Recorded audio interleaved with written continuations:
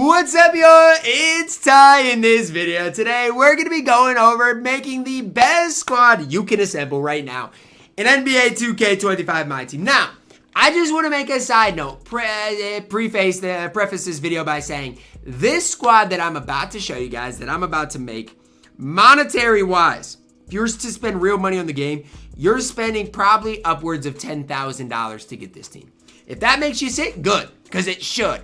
Ridiculously expensive. But I like doing these videos because there are people out there that want to build the best team in the game or just see what the best team in the game looks like. So that's my opinion. I also do want to say, this is my opinion. A lot of people are going to disagree with me on this, and that's perfectly okay, but it's my personal opinion on things. Without further ado, let's get into it. At the starting point guard position, I'm going to start with these, showing the card and then plugging them into my lineup. We've got 100 overall Michael Jordan. Now, the only way you can get to the card is by actually going to, the updates and getting the card. MJ, 99 everything stats, comes with 30 Hall of Famers, 10 on gold. Matt Ryan base on very quick, Corver upper. The card is so good. MJ, the best point guard in the game.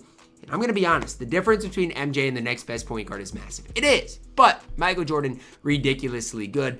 Obviously, right now I'm trying to see, is there, I'm on Xbox right now, and I see two MJs out, both at 4 million coins, both, not even close to expiring. So MJ probably like still an insanely expensive card. I'm just going to plug in this Michael Jordan because the 100 overall can't be plugged in. Starting shooting guard.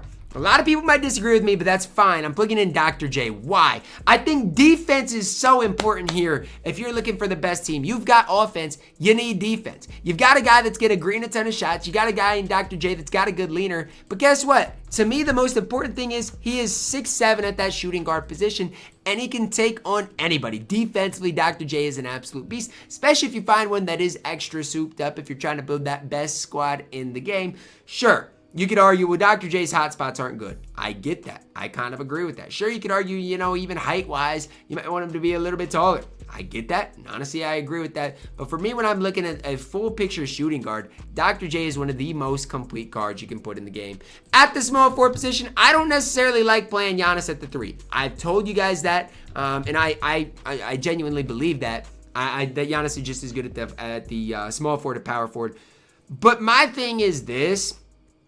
With all of the great cards we have in the game, all the best cards you got in the game, Giannis's best position on the best squad in the game is at that small forward position.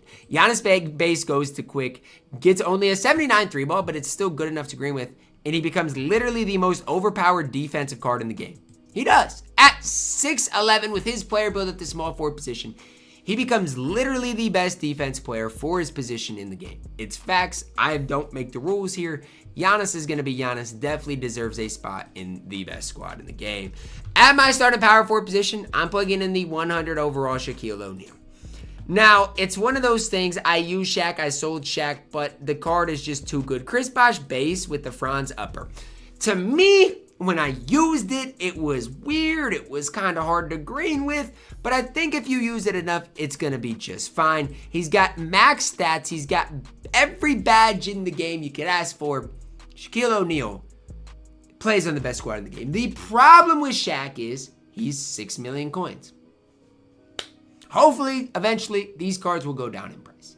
But for now, these cards are insanely expensive. And when I tell you guys you're spending 10 million coins building the best squad of the game, you absolutely are. Now, again, no Shaq, so we'll just plug in the free agent Shaq.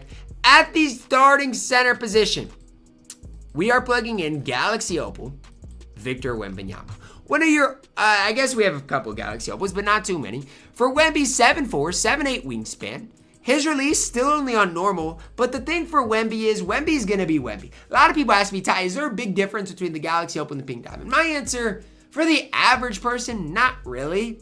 The main differences come with, number one, he's way faster, and number two, I think like rebounding wise, he gets more rebounds, those types of things, which in the long run definitely can help Wemby out as well. So I don't think there's necessarily that big of a gap, that big of a, a difference between the two cards, because at the end of the day, Wemby's cheese is still going to be cheese. He's still going to be able to shoot over people, do his thing. So you got to plug Victor Wembanyama into this starting center position. Now, just in this starting lineup alone, you're looking at 15 million coins plus. I mean, I'm telling you, It is absolutely ridiculous. By the end of this thing, with all the coins, all total how much MT and how much money you'd have to spend on the game to get there. At the backup point guard position, this one is an unbiased opinion. A lot of people are going to disagree with me, but I do not care. I've got Luka Doncic. Everybody says tight. Did you watch Luka gameplay? Yes. But at the end of the day, the card is 6'7". He's got max defense. He comes with every defensive badge in the game. And guess what? Is his release great? No. I've never loved Kyrie Irving release. It's greenable. Is he going to be the best movement in the game? No. But at the end of the day, he's 6'7" and the best defensive point guard in the game, not named Michael Jordan. So if he can knock down shots in the catch-and-shoot situation, which he's going to do with his release on very quick, he's just fine. He's just fine, I promise. Now, again, is Luka Doncic worth his 4 million, 5 million coin price? No. But is he one of the best point guards in the game? Yes. Again, I'm unbiased. At the shooting guard position, a card I don't necessarily love, but we're plugging in Vince Carter. Similar situation here to Luka Doncic. A lot of people don't love Vince. I'm telling you right now, you give the right person Vince Carter, they're going to cook with him. Patty Mills, Oscar Upper on Quick, Pro 2 leaner. I don't know why they're giving everybody the Fox dribble style. That's something that I don't necessarily understand. But again, he's got every defensive badge you could ask for in the game. He's going to be able to green shots with the Patty Mills base. Vince is going to be cheesy as far as an all-around card. He makes the best squad in the game. The problem with Vince is he costs, what, thousands, probably $1,000 when he came out. And the crazy part is, people locked him in, man. Again, some people literally just have all the coins in the world and they don't care. Small forward position, dark matter LeBron James. First card here in a while. We're not plugging in 100 overall. 94 3-ball, 98 speed, defensively basically max. Bron base on very quick, which you can't ask for more. Bron dribble style is just fine. I mean, what do you want me to say? As far as 3-and-D guys in my team, you got the best two at your small forward positions in Giannis Antetokounmpo and LeBron James. Now, some people might ask, where's Michael Beasley? And guess what? He gets plugged into this 13th spot. Now, or the 12th spot, I should say. I will say this for Bees. If you have an offensive, like if you're playing, let's say, in a big-time tournament, and you need a small forward for an offensive possession, you plug in Michael Beasley. His release is cheesy. He's 6'9". He can shoot over everybody. It's Michael Beasley. He is your best offensive small forward in the game right now. Now, again, only in my 12th spot because he's not as good as LeBron James. He's not as good as Giannis Antetokounmpo, but does still deserve a spot on the squad. Now, coming in at my backup power forward position, we're plugging in dark matter Kareem Abdul-Jabbar. Check out my gameplay if you haven't yet. The problem with Kareem is he's 2.5 million MT. I bought him for 2.2 and I was like, yikes, I'm going to lose a lot of MT on him. And then he sold for more, covered the tax. I was like, awesome. Free Kareem gameplay, sign me up. Kareem base on very quick. Russell Westbrook dribble style.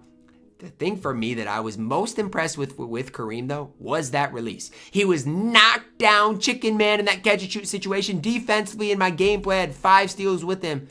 Kareem, honestly, might be just as good, if not better, than 100 overall Shaq. Just being honest with you.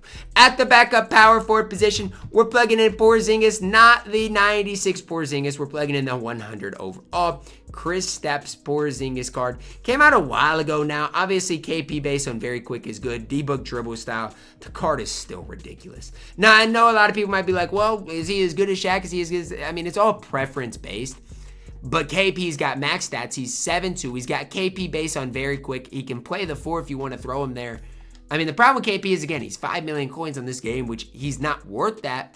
But at the end of the day, he makes the best squad in the game. Last 2 cards to plug in. I'll plug them in at the same time. We got Gary Payton and we've got Hakeem Olajuwon. This is who I would personally round out my squad with in case of injury, stuff like that. For Gary Payton, again, as far as a non-100 overall point guard, he is your best point guard in the game. Love his release, like his dribble style, gets open. Plays great defense. I know he's only 6'4", but plays great defense nonetheless. An absolute beast, an absolute stud. Last card, Hakeem Olajuwon, 7 feet tall, 7'3" wingspan.